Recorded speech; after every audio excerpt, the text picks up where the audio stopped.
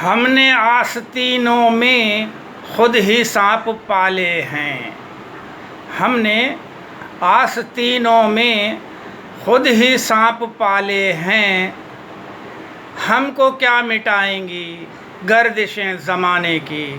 हम तो ए जहां वालों हादसों के पाले हैं।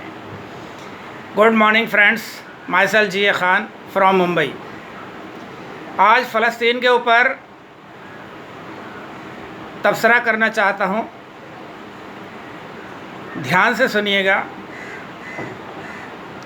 ये फ़लस्तीन किसी ज़माने में बहुत बड़ी रियासत थी, बहुत बड़ी सल्तनत थी और बहुत बड़ा रक़बा इसके पास था। लेकिन इसने किसी के ऊपर रहम करम कर दिया, किसी मज़लूम की मदद की, उसके नतीजे में आज वो भुगत रहा है। और इसको एक मिसाल से मैं आपको बताना चाहूँगा कि बड़ों ने कहा है कभी भी बिच्छू को नहीं पालना चाहिए, क्योंकि बिच्छू अपनी फितरत नहीं बदलता है। तो बिच्छू का काम है डंक मारना। इसी तरह से एक कौम है यहूदी, ज्यूज़।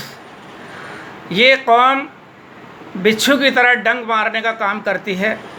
हज़रत मूसा अलैहिस्सलाम के ज़माने में ये कौम हमेशा उसूलों की ख़िलाफ़ वर्जी करती थी, अपने नबी मूसा अलैहिस्सलाम की तौहीन करती थी, उनका कहना नहीं मानती थी। उस ज़माने में फ़िरौन के दौर में इस कौम को, यहूदी कौम को फ़िरौन ने ग़ुलाम बना के रखा हुआ था।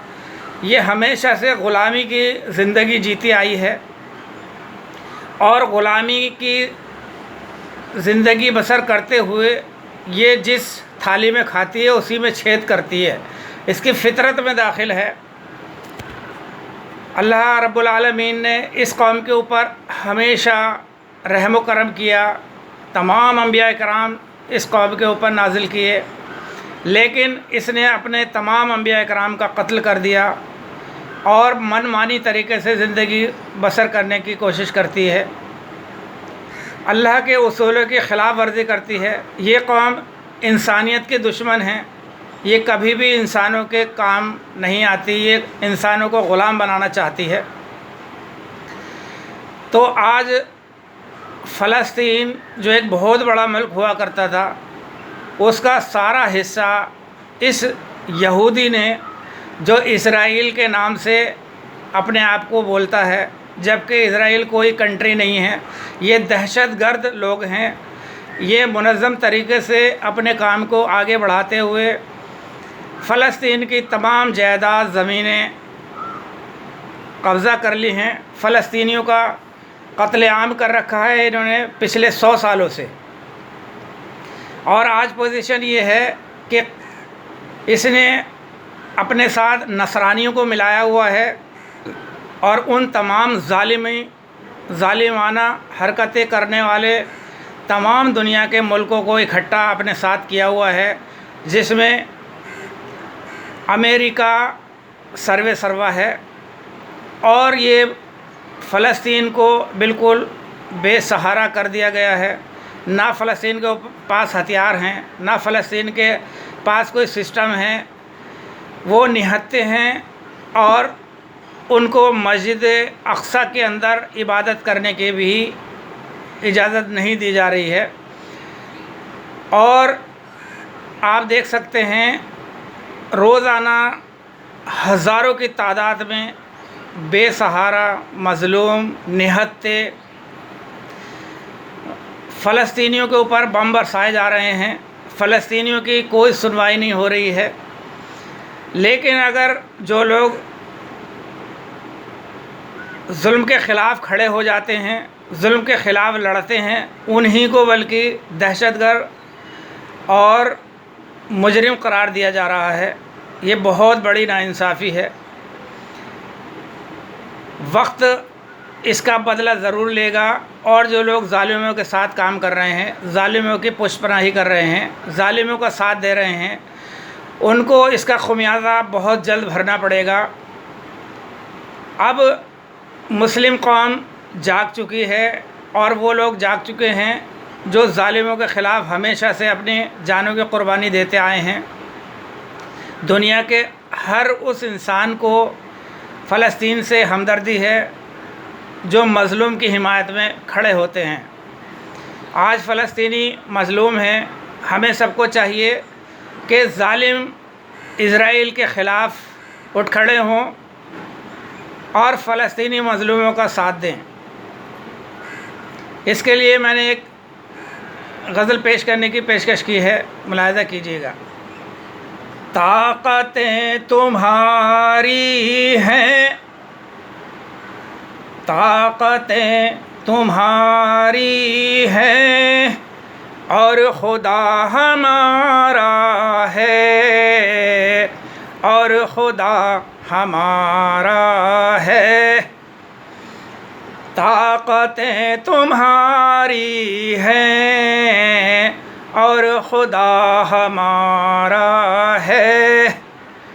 अक्स पर न इतराओ, अक्स पर न इतराओ, आईना हमारा है, आईना हमारा है। आपकी ग़ुलामी का बोझ हम न ढोएंगे,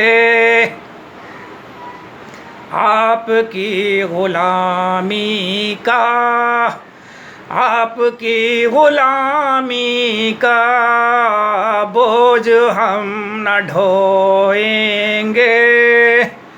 आबरू से मरने का, आबरू से मरने का फ़ैसला हमारा है, आबरू से मरने का फ़ैसला हमारा है। उम्र भर तो कोई भी, उम्र भर तो कोई भी जंग लड़ नहीं सकता, उम्र भर तो कोई भी जंग लड़ नहीं सकता। तुम भी टूट जाओगे, तुम भी टूट जाओगे, तजुर्बा हमारा है। तुम भी टूट जाओगे, तजुर्बा हमारा है। और गैरते जिहाद अपनी ज़ख्म खा के जागेगी, और गैरते जिहाद अपनी ज़ख्म खा के जागेगी। पहला वार तुम कर लो, पहला वार तुम कर लो, दूसरा हमारा है, दूसरा हमारा है। ताक़तें तुम्हारी हैं, ताक़तें तुम्हारी हैं और खुदा हमारा है, और खुदा हमारा है। अक्स पर न इतराओ, अक्स पर न इतराओ, आईना हमारा है, आईना हमारा है। खुदा हाफिज़। जय हिंद, जय भारत, जय संविधान।